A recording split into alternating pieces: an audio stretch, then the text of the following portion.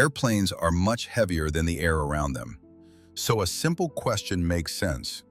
Why do they stay up instead of falling straight down? The answer starts with the shape of the wing. A wing is curved on top and flatter on the bottom. As the plane moves forward, air flows around it. Air moving over the top of the wing has to travel farther in the same time. That makes it move faster.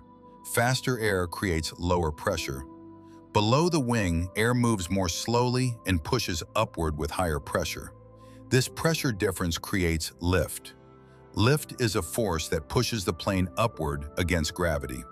Speed is essential. If the plane slows down too much, the airflow changes. Lift drops, and the plane begins to descend. Engines do not lift the plane directly. They push it forward fast enough for the wings to keep working. As long as the wings have speed and air flowing smoothly over them, lift continues and gravity is balanced.